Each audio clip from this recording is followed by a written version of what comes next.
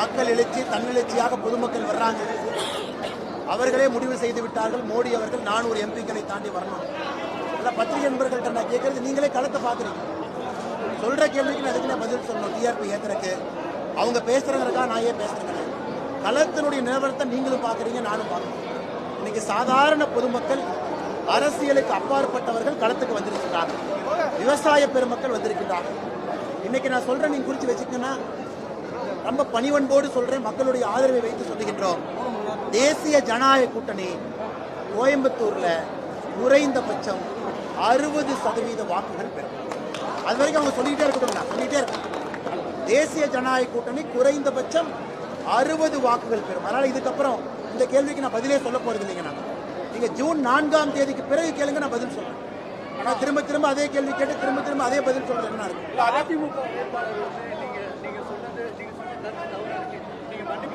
நான் என்ன பண்ண முடியும்? நான் சொன்ன கருத்து என் கருத்து, மக்களுக்கு தெரியும். அதுக்கு நான் என்ன பண்ண முடியும்? 10 வருஷமா அதிமுக ஆட்சியில் அதை விமர்சிக்கவே மாட்டேங்கிறீங்க. 3 வருஷமா சரிண்ணே, தமிழ்நாட்டில் ஊழலை பத்தி பேசக்கூடிய முதல் அரசியல் தலைவர் யாருன்னு சொல்லுங்க. இல்லைண்ணே, அண்ணாமலை என்ன தாண்டி இன்னொருத்தர் பயங்கரமா விமர்சிக்கிறார் சொல்லுங்க. நீங்க அண்ணாமலை அவர்கள் ஊழலை பத்தி விமர்சிக்கிறாங்க, ஆட்சியில் இருக்கக்கூடிய ஆட்சியாளரை தைரியமா விமர்சிக்கிறாங்க. நீங்க என்ன சொல்றீங்க? ஆனா 1980 ஜனதா கட்சி இருந்துச்சு, அதை பத்தி ஏன் பேச மாட்டீங்க? 1971 இந்திரா காந்தி அம்மையார் இருந்தாங்க, அதை பத்தி ஏன் பேச மாட்டீங்க? நேரு ஐயா 1960 இருந்தாங்க, அதை பத்தி ஏன் பேச மாட்டீங்க? இன்னைக்கு யார் ஆட்சியில் இருக்கிறாங்க? மத்திய அரசுல நாங்க ஆட்சியில் இருக்கோம், அதை தைரியமா பேசுறது. பரிசு என்ன? முதலமைச்சர் 2 வழக்குகள் தனிப்பட்ட முறையில் மேல போட்டிருக்காங்க, 83 FIR, இதான் பரிசு. அதனால இதை பத்தி நீங்க கேள்வி கேளுங்க. இன்னைக்கு சில கட்சிகள்லாம் தமிழ்நாட்டில் ஆட்சிக்கு வரவே போறது, அதை பத்தி எதுக்கு கோவையோட வளர்ச்சி குறித்து விவாதிக்கிறதுக்கு வந்து என்னோட தயாராக சொல்லி சிங்கே ராமச்சந்திரன் கேட்டிருக்காரு. SP வேலுமணி உங்களை கொண்டு வந்து உட்கார வைங்க, நான் 10 கேள்வி உங்களுக்கு கொடுக்குறேன். மத்திய அரசினுடைய திட்டத்தில் நடந்திருக்கக்கூடிய ஊழலை 10 கேள்வியா கொடுக்குறேன். நீங்க SP வேலுமணி, என்ன எல்லாருமே SP வேலுமணி வாழ்க்கைன்னு தானே சொல்றாங்க. அவரை நான் சொல்ற கேள்வி, அவரை கொண்டு வந்து உட்கார வைங்க. 10 வருஷமா நான் நடக்கலின்னு சொன்னா அதற்கு யாரு காரணமா இருந்தா அவங்களுக்கு தானே உட்கார வைக்கணும். ஸ்மார்ட் சிட்டி என்னென்ன பணம் கோயம்புத்தூருக்கு வந்திருக்கு, மத்திய அரசினுடைய பணம் என்னென்ன வந்திருக்கு, கான்ட்ராக்டர் யாரு, SP வேலுமணியினுடைய பினாமி.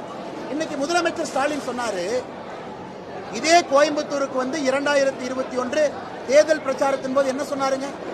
நான் ஆட்சிக்கு வந்தா நடவடிக்கை எடுப்பேன், அதை பண்ணுவேன், இதை பண்ணுவேன் அப்படின்லாம் சொன்னார். மணின்னு யாருக்கெல்லாம் பேர் இருக்கோ நடவடிக்கை எடுப்பேன். இப்ப ஏன் 2 பேர் அன்கோ போட்டிருக்காங்க? ஏன் அன்கோ போட்டிருக்காங்க? சார்ஜ் ஷீட் எங்க போச்சு? DVSC இவங்க மேல ரைடு பண்ண சார்ஜ் ஷீட் எங்க?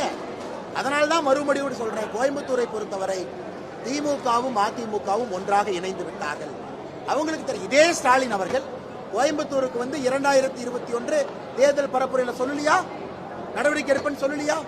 DVSC ரைடு நடந்த பிறகு சார்ஜ் ஷீட் ஃபைல் பண்றதுக்கு ஏன் எவ்வளவு டிலே? அப்படி ஒருவேளை அதிமுக காரங்க நாங்க நல்லவங்க, தலைவர்கள் தொண்டர்கள் நல்லவங்க தான், தலைவர்கள் அப்படி சொல்றாங்கன்னா SP வேலுமணி அவர்களை பிரஸ் மீட்ல உட்கார வைங்க. 10 கேள்வி நானே உங்களுக்கு எழுதி கொடுக்குறேன், நேருக்கு நேர் வரலாம் சொல்ல. 10 கேள்வி கேட்டு பதில வாங்கிக்கலாம். கான்ட்ராக்டர் பேர் யார் எடுத்தா, எந்த கான்ட்ராக்டர் வேலை எடுத்தா, அவருடைய மனைவி எந்த வார்டுல எலெக்ஷன்ல நின்னாங்க, எல்லாத்தையும் உங்களுக்கு பட்டியலா போட்டு கொடுக்குறேன். அதை பார்த்தாவே தெரியும், மத்திய அரசுடைய திட்டங்களை கொள்ளையடிப்பதற்காக மட்டும்தான் கோயம்புத்தூருக்கு நாங்க கொடுத்தோம், இவங்க கொள்ளையடிப்பதற்கு மட்டும்தான் இவங்க பயன்படுத்துறாங்க. அதற்கு மட்டும்தான் 10 ஆண்டு காலம் நடந்துச்சு.